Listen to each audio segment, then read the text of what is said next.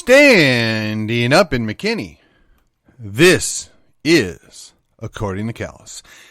And it is April the 10th. That's right, Monday after Resurrection Day. Episode 393. It's a McKinney Monday. So welcome. Come and join us in the fun. For those of you that have been wondering, well, what exactly has been going on? Let me just tell you. But before I get into that, let me remind you. You can like, share, and subscribe to this show. Check it out on your favorite social media. For a while more, I'm going to be with Podbean. Apparently, Anchor has been purchased by Spotify, and there's some other things I'm looking at. But, you know, my two listeners have been very busy. We're at north of 115,000 downloads now, with only a little over 400 episodes in the can. Thank you so much. My average is probably about 550 to 600 downloads per episode recently, right? So the word is getting out. We are building an audience. The idea is for me to help you understand what's going on in the community around you, understand some of the philosophies behind what's going on in the communities around you. But most of all, I want you to hear the other side of the story. Almost every story has at least two sides, if not three or four sides. And while I don't claim to know every side of the story, it is very clear to me that if you go to McKinney Cares, you'll get one side. That is the mayor's side of the story. And while it is currently being driven by an individual that's also running for office, whom I must say I know personally, and not like we're friends, but I know him personally. I think he's a nice guy. I think that, if he should win his race, he'll do a decent job. But the problem is, as always, I don't want a bunch of yes men. I don't need a rubber stamp. I want people to do and think on their own. So therein lies the rub. Okay, so let's get into the meat of the day. That's right. So apparently over the last week, and I got to say, I strategically took off Friday. I wanted to enjoy the resurrection weekend, right? I wanted to put aside the petty notions of the political nonsense that goes on around me all day, every day. To say nothing of the regular job I have, this podcast that I do, in my political notions and times that I spend investing in trying to protect liberty and increase liberty around us. It was brought to my attention that when you disagree on social media with an elected official in my hometown, the response is to berate you, call your names, and if you really annoy them, sick his sycophants on you. And then if that's not enough, they'll just block you. But usually they'll ridicule you to death before it gets to that. So I don't generally tread into the turf of McKinney Cares. I try and stay in my own lane, if you will. That also means that, unfortunately, many times the people that are not in my echo chamber, right, that are not in my direct sphere of influence or interaction, don't get to hear that there's other things going on. They just take the word of their preferred candidate, their preferred elected official, the preferred storykeeper. Where's storykeeper? Let's go with storyteller. How about that? That sounds a little better. So there's something to be said about endorsements. There's something to be said about what the local paper thinks.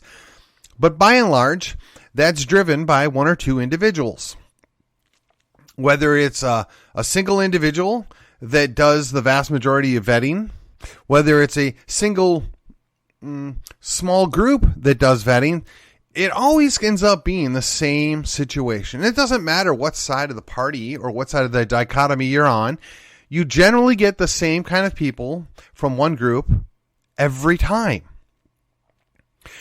The interesting thing this year is there's going to be a little bit of a dust up over in Frisco, but we're just trying to duplicate that here in McKinney, at least at the city council level, right? Now, we not only have basically, let's call it one truly contested city council race. We have 3 truly contested school board races. And, oh yes, we have a bond. The bond seeks to, and I got this wrong before, so I want to be clear. They're only asking for $200 million for this part of the bond. They'll come back later for more. I think there's at least another $100 million waiting in the wings. But hey, don't worry. They're just asking for $200 million right now. Never mind, we've spent over another $100 million of taxpayer money. And not only now are we going to be punished for voting down the previous bond, we're going to get it in spades. But before we get there, let me remind you that this bond has come before us before in a different form. And it was voted down. It was for significantly less money. And the property that the city was looking to purchase, which was roughly 190 acres, was snapped up by what some would call wily investors. I would say people that knew there was going to be a payoff long term. Why do I say that? Well, there's this thing that they're in partnership with the current administration that's in elected office. And, well, wouldn't you know it, they're going to be paid handsomely for their investment in that piece of property. Now, look, if it was truly a free market, okay, that's one thing. But that's not what we're dealing with. It's just friends helping friends, and, it just kind of has a little bit of odor to it. I'm sure it's all perfectly legal. So, just to be clear, I'm making no accusation of law breaking. Got to be very careful to say that. I would just say it's perhaps a little unethical, if I were to make a guess. But hey, all's well, right? As long as it's perfectly legal, nobody cares. Now, I understand that there's also been verbiage coming from those that seek to control us and dictate the terms of our life here in McKinney, that we're supposed to trust the experts, right? And it's pretty sad because, like I said, I checked out. I wasn't paying that close of attention this last week because it was coming up to Resurrection Weekend and I wanted to just take a mental break. And respectfully, my life does not revolve around politics, contrary to somebody's belief.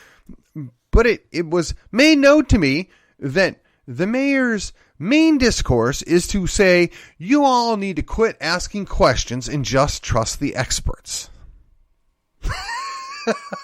Are you serious? Does anybody actually believe this anymore? How'd that work for us in 2020 or 2021?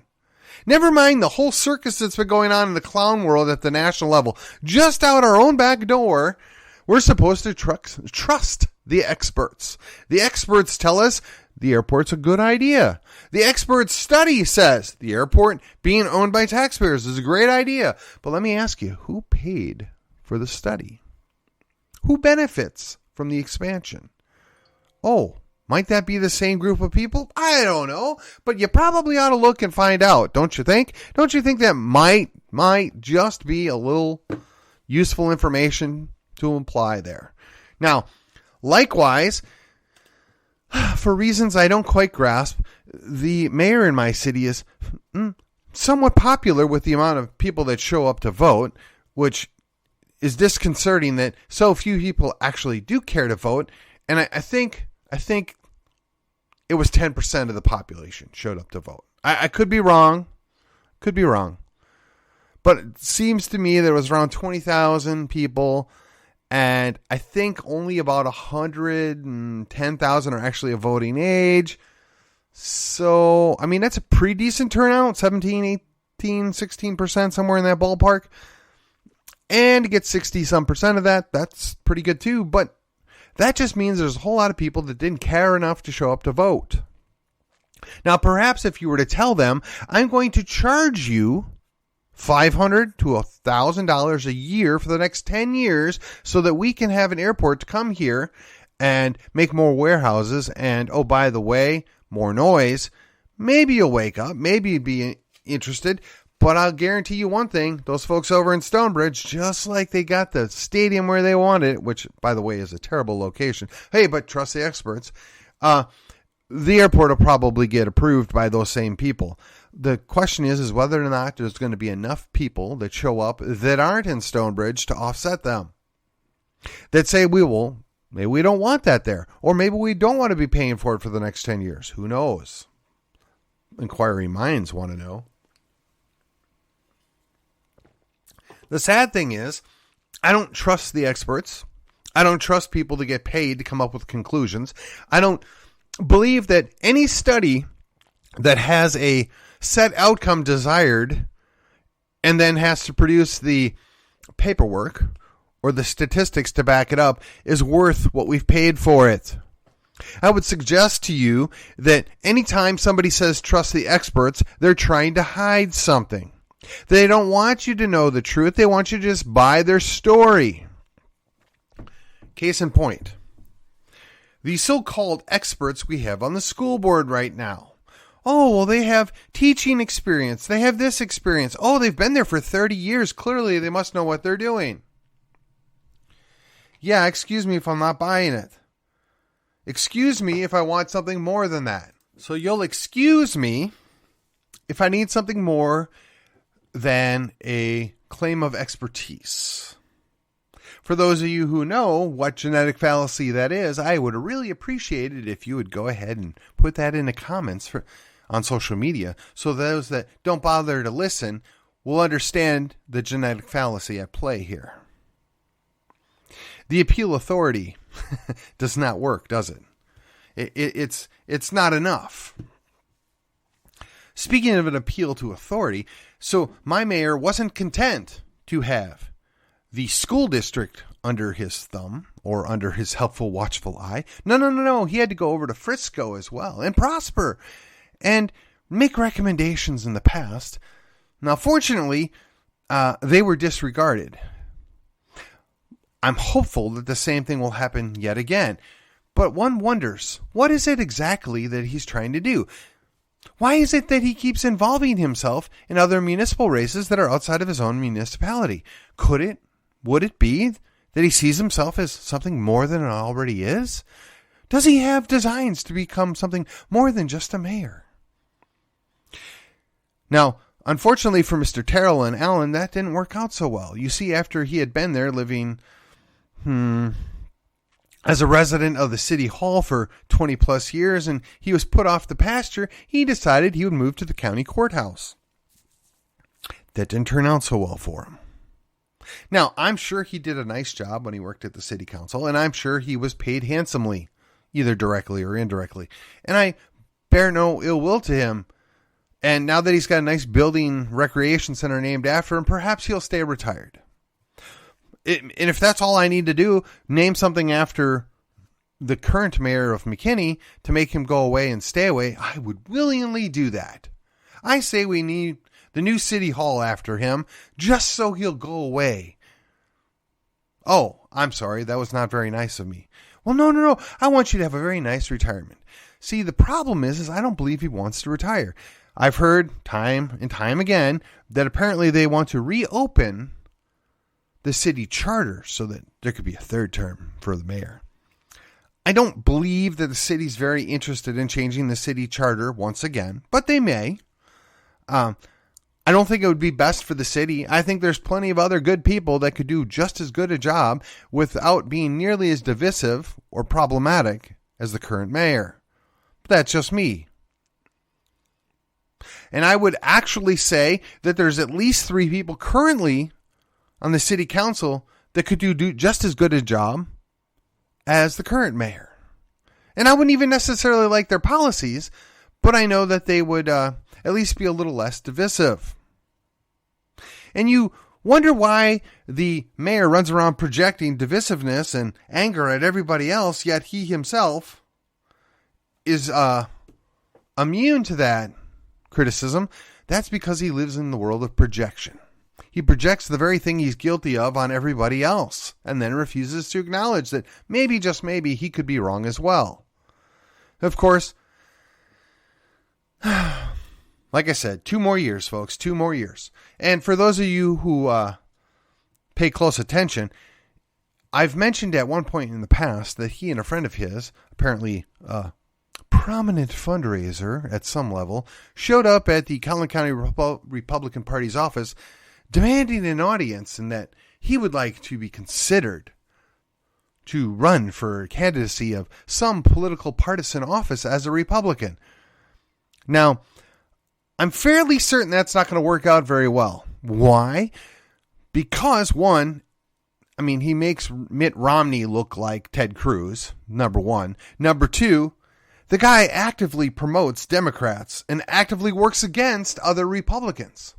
So I'm not really sure what kind of a Republican you can claim to be when you're constantly working against any conservative candidate, any Republican candidate, and you spent most of your time, well, the former president was in office, bashing the former president.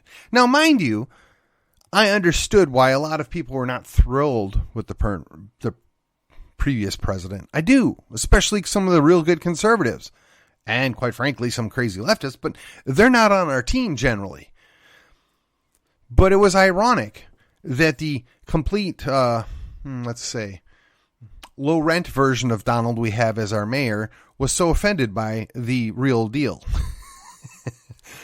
I'm just going to tell you right here, right now. It is my prediction that if one is not successful in changing the city charter, and I don't believe that's going to happen, it is very likely that a potential partisan race is in the future. The things that I've heard range from Congress all the way down to Commissioner's Court. And I'm fairly confident that's not going to work out very well for the McKinney mayor, since he's done such a good job of alienating all the Republicans. Even the moderates are raising their eyes. Oh, what? Huh?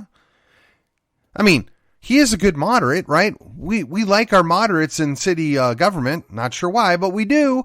And to claim to be something that you're not is something that, oh, wait. I'm sorry, I can't even say that.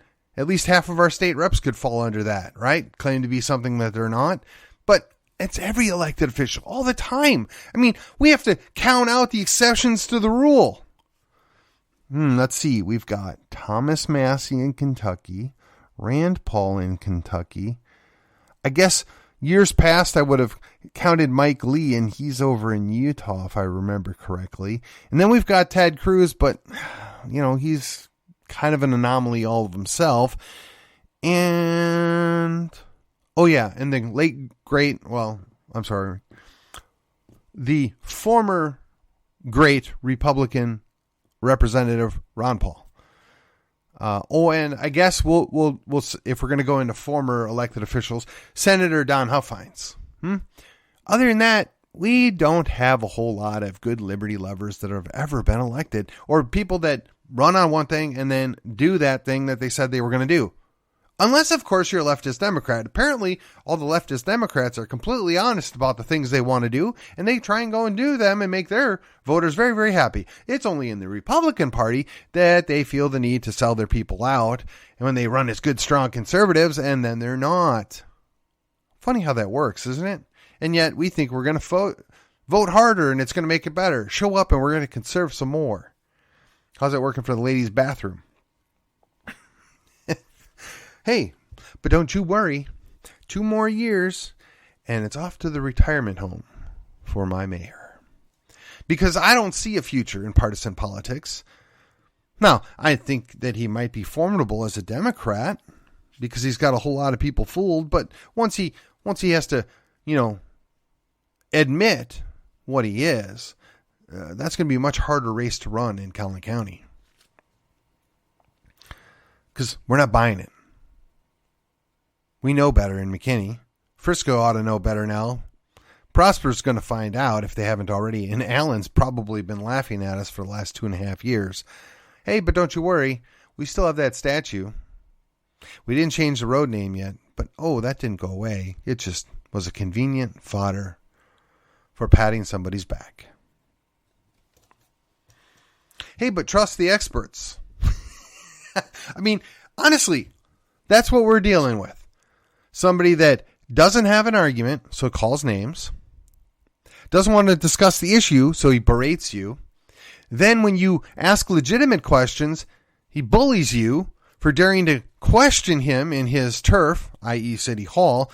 And then when you take it to social media, he's got his little cadre of haters ready at hand. That all goes away in 2 years. Much like Beto, he's a flash in the pan. Unfortunately, we got stuck with him for 2 terms.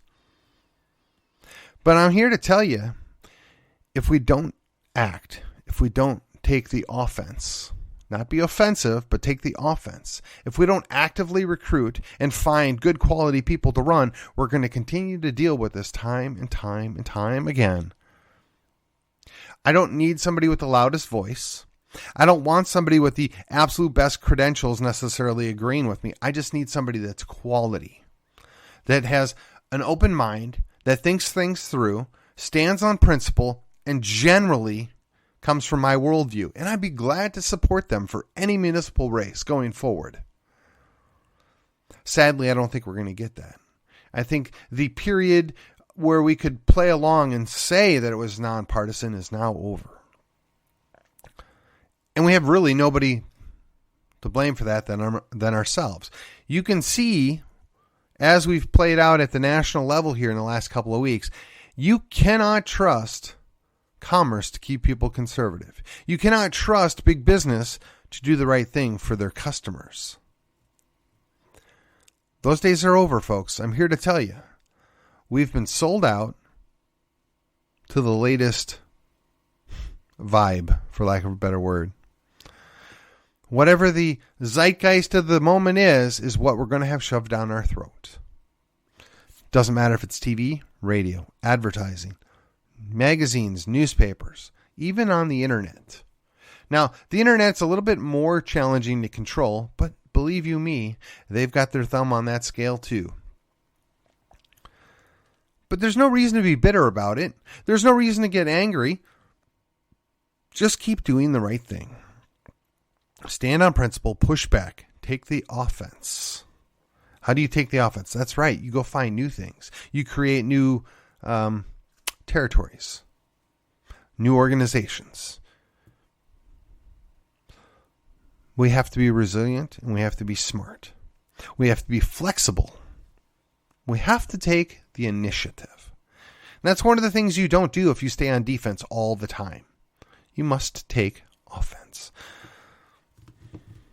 In the last couple minutes here, let me just tell you, I've started finally reading through the rules for reformers. That's kind of a play on the rules for radicals. And it's taking the applications from the rules from radicals and putting it to a Christian mindset and worldview. Yeah, I know that might be a stretch for some people to wrap their heads around, but Douglas Wilson, I believe, is up to the task. I've talked about this privately. I've mentioned it a couple of times publicly. I'm really, truly wanting to start a book club. I want to get people together to sit and talk about how can we do some of these things? How do they apply in our own backyard? We cannot affect change until we go out and do it. And going out and doing it sometimes means you have to do something beyond, over and above, showing up and having 50 people get to hear a great speaker. You have to do something more than show up at a school board meeting, have your minute to 3 minutes of telling off the school board, even though they deserve it. You have to move to action. Now, if you happen to not live in McKinney, you might actually go get something done if you show up to a city council meeting, other than getting berated. But I'm here to tell you, you got to work with your friends, work with your allies, and work on taking the offense. You got to quit playing defense all the time. And we have to start hitting from multiple angles at the same time. A good offense knows how to do that. And I'm sorry for the sports analogy, because sports is really not my thing. I know enough just to get into trouble. But I'm here to tell you, if you look at it as a war or a battle, one of the things that you have to do is know when to attack and where to attack, where to press an advantage and where to leave the advantage alone, and where to strategically pull back to an envelop your enemy to take them out. This is all metaphor, or is it? The battles that we fight, the war that we're fighting, is not just flesh and blood. There's something else going on here. The spirit of the age is upon us, and while we might show up, we have to also fight that battle at home on our knees. Yeah, I know. You knew I was going to go there eventually, right? You know, Christ is risen. He sits on his throne. We're called to occupy. We're called to do the right thing. Sometimes that means you have to push back and call evil evil. And other times that means you need to be a little more crafty. As wise as the serpent, if you will.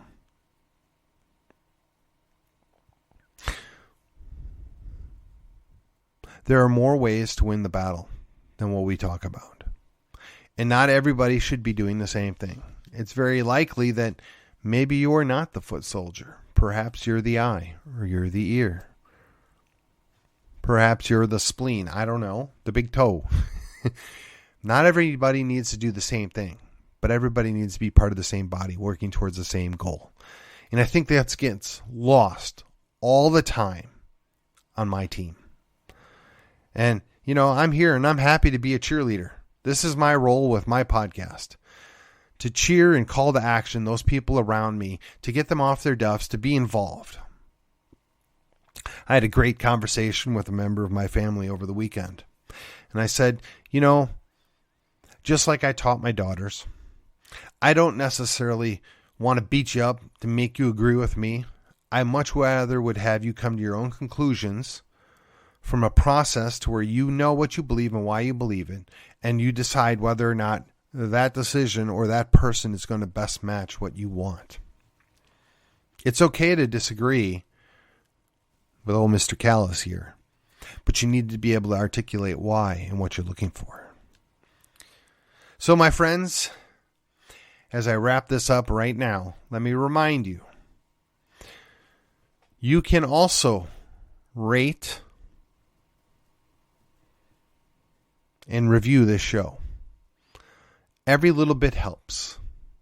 It gets us past the algorithms, it builds the audience, and someday we'll be a force to reckon with. Right now I might only have my 2 listeners, but someday, I'd like to get up to having 7 listeners. For those of you that grew up in Milwaukee in the 80s, you'll know what that reference is. It was just a nice little throwback there. In any case, thank you for following along. I will be back on Tuesday, and hopefully we'll have some more good news. In any case, I'll see you on the other side.